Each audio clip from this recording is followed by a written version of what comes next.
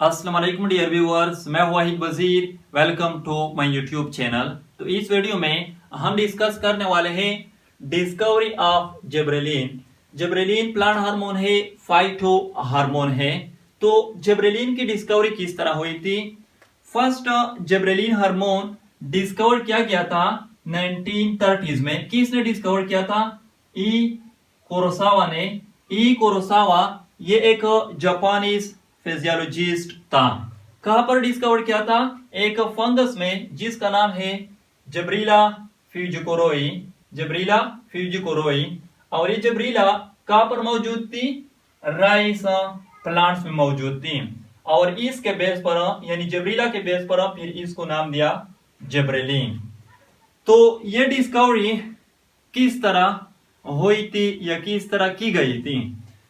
याद रखे, जापान में एक फार्मर था, उसके राइस प्लांट्स पर एक डिजीज लगी हुई थी जिसको बाद में नाम दिया गया बॉकनी डिजीज, या इसको फोलिश सीडलिंग डिजीज भी कहा जाता है। बॉकनी जो है ये जापानीज वर्ड है। बाका का मतलब है फोलिश और स्टूपिड, नी का मतलब है सीडलिंग और यंग प्लांट। इस डिजीज के सिम्टम्स क्या थे? फर्स्ट सिम्टम था स्टेम एलांगेशन, सेकंड था yellowness of leaves, third one था फ्लावरलेस। यानी वो जो राइस थे जिसको ये डिजीज हुई थी, उसकी जो स्टेम थी वो हद से ज्यादा एलांगेट हो रही थी। हद से ज्यादा एलांगेट हो रही थी। उसके जो लीव्स थे उसकी जो कलर थी वो येलो थी। और वो जो प्लांट्स थे, राइस के प्लांट्स जिसको ये डिजीज हुई थी, वो फ्लावरलेस थे, यानी वो फ्लावर को प्रोड्यूस नहीं करते थे। तो ये 3 सिम्टम्स है इस डिजीज के। फिर ये जो फार्मर था इसने ई कुरोसावा को बुलाया। ई कुरोसावा ने क्या किया? जो राइस प्लांट्स थे जिसको ये डिजीज हुई थी, उसके स्टेम और लीव्स के सैंपल लिए। उस सैंपल को लेबोरेटरी में लेके गए और वहां पर जब चेक किया गया तो वो जो सैंपल्स थे उसमें ये फंगस मौजूद थी। उसके बाद ई कुरोसावा ने क्या किया? इस फंगस को उस सैंपल से आइसोलेट किया और उसके लिए एक लिक्विड ग्रोथ मीडियम बना दिया गया।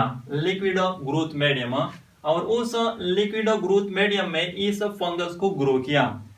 जब ये तादाद में इंक्रीज हो गई यानी लिक्विड ग्रोथ मीडियम में, फिर उस लिक्विड ग्रोथ मीडियम को फिल्टर किया, यानी उसने एक स्टेराइल फिल्ट्रेट बनाया। ये जो स्टेराइल फिल्ट्रेट था ये इस फंगस पर मुश्तमिल नहीं था, यानी ये फंगस फिल्ट्रेशन के दौरान रिटेन हो गई थी। तो जब इस स्टेराइल फिल्ट्रेट को नॉर्मल सीडलिंग राइस प्लांट्स पर चेक किया, अप्लाई किया, तो ये जो नॉर्मल सीडलिंग राइस प्लांट्स थी इसमें भी बॉकनी डिजीज क्या हो गई? काज हो गई। जब स्टेराइल फिल्ट्रेट को देखा गया तो इसमें केमिकल सब्सटेंस मौजूद थे।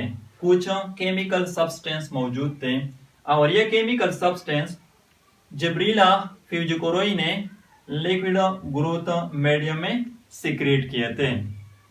तो ये केमिकल सब्सटेंस इस डिजीज के लिए रिस्पॉन्सिबल थे और इस केमिकल सब्सटेंस को फिर नाम दिया जिबरेलिन।